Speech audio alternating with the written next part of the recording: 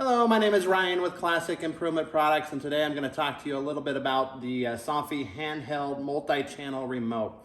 This is called a 4-channel remote, and the reason why it's called 4 channels is you have 4 different channels. You have channel 1 by pressing that button, channel 2, channel 3, channel 4, and then you have what's called the group channel, or all shades at the exact same time. So if you want to control just one of your shades, for example, we have 2 shades on this opening right here. You can go to channel 1 and then press the up button, and that'll control that shade. You can stop that shade by pressing the middle My button. And if you want to control the shade to the right of it, you go to channel 2, press up, and that shade will go up. And you can press the My button to stop that shade.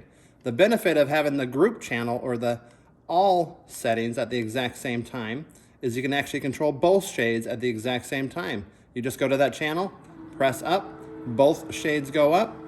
You can press the My button, both of them will stop. You can press down, both of the shades will go down.